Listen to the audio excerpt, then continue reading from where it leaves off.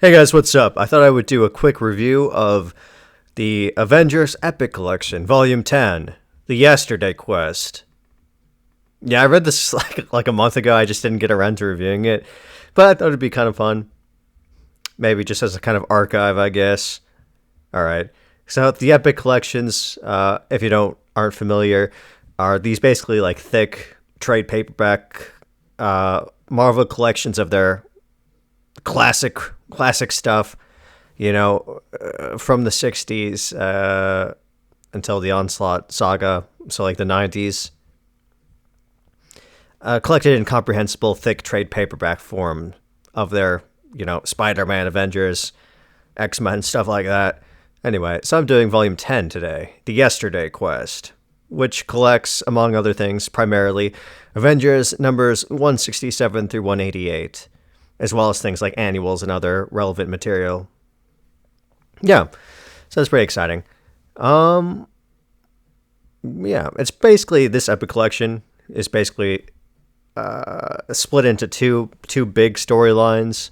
The first one is the so-called Korvac saga, which is like 11 issues long, and the primary writer behind that is Jim Shooter, and the second storyline is the Yesterday Quest, the eponymous one, Yesterday Quest, also known as Knights of Wundagore, and that's primarily by David Michelinie. And the artists on this, there's a lot of them, I guess, primarily would be George Perez and John Byrne. Right. Yeah. So yeah, this is pre-Secret Wars, like late 70s type stuff.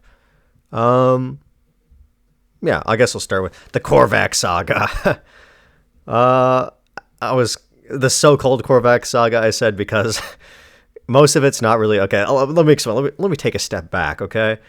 So the story basically involves the Avengers teaming up with the Guardians of the Galaxy. They're not the guys that you know from the movies. These are the original Guardians. I think they're known as the Guardians 3000 today. Really obscure characters no one's ever heard of, like Charlie 27 or Martin X. Anyway, the original Guardians of the Galaxy. Yeah, they team up with the Avengers. They're basically investigating this guy, Korvac, who kind of looks like a computer chip who like reconfigures himself into like a normal, like Swedish looking guy. Yeah. So it's a saga. It goes on for like 11 issues. Can you imagine? Like a year. But I mean, I say that loosely. I mean, it's just kind of something that's going on in the background of their main stories. Like they'll be fighting Ultron, but in the background, the plot line is like slowly progressing until it culminates in the end. I mean, it's a pretty good story. I mean, it's not a coherent story. It's not really like a coherent like saga. It's not that focused. Like I said, it's mostly just their regular adventures with like a building thing in the background.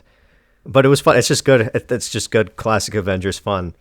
One of the introduced during this saga is this character, Henry Gyrich. I love that guy. He's a great heel. He's basically like this government UN liaison who basically comes in and starts stripping away the Avengers' privileges because of their lax security and stuff like that. Yeah, they don't get their private airways anymore. They're basically grounded. They can't fly anywhere anymore. And yeah, it's really inconvenient for them, and it heavily limits what they're able to accomplish. Yeah, for that reason, they have to like take a bus at one point. It's really funny. Yeah, I find this Henry Gyrich guy really funny. But yeah, I mean, it's just fun. It's just a fun story. Yeah, and eventually the Avengers start going missing, and they have to figure out what that's about. And then more and more players come in, and by the end, in Avengers Mansion, there's like 30 people hanging out. So that's pretty much the Korvac saga. And then in between the Korvac saga and the Yesterday Quest, there's like 3 issues. They're kind of filler stories. They're very bizarre. Guest writers. But yeah, then the second big arc. This is also kind of a famous story.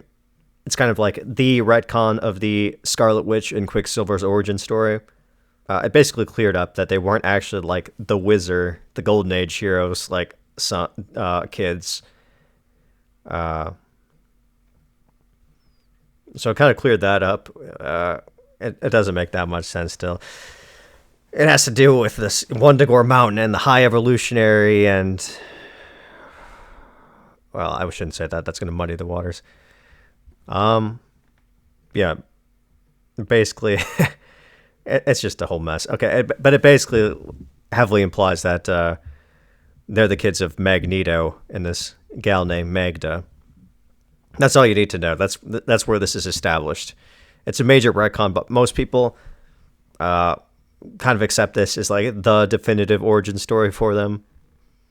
That they're basically Magda sensed Magneto's evil, and she ran away from him, and she died. I think she killed herself.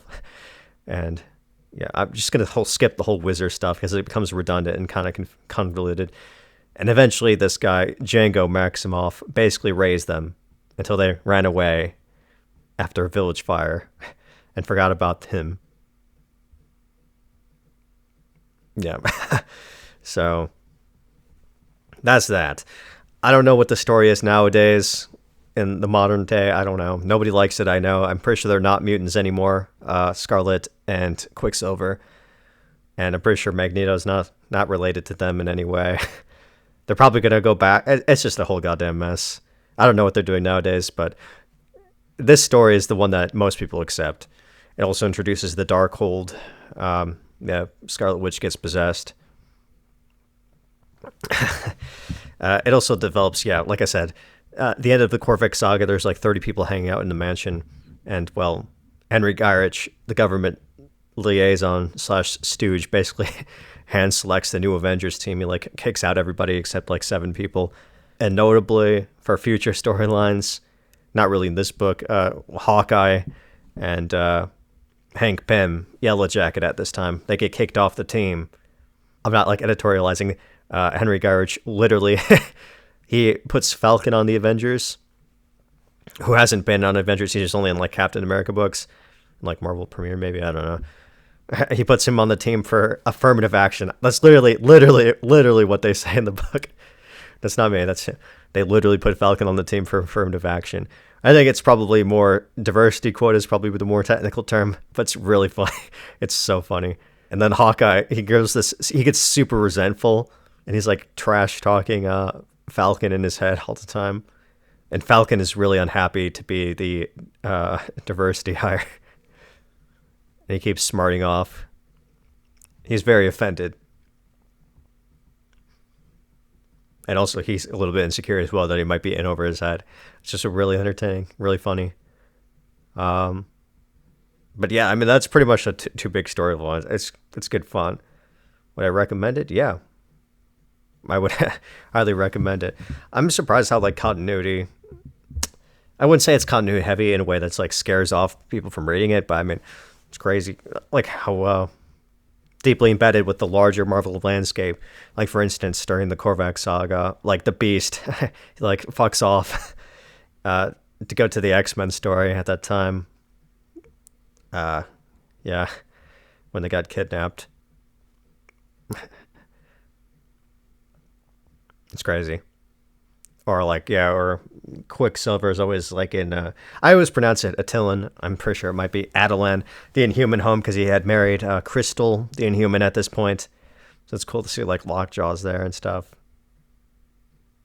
Yeah. So that's pretty much Avengers Epic Collection, Volume 10, The Yesterday Quest. Good stuff. All right. Alrighty then. Thank you guys for watching. I hope you have a good one.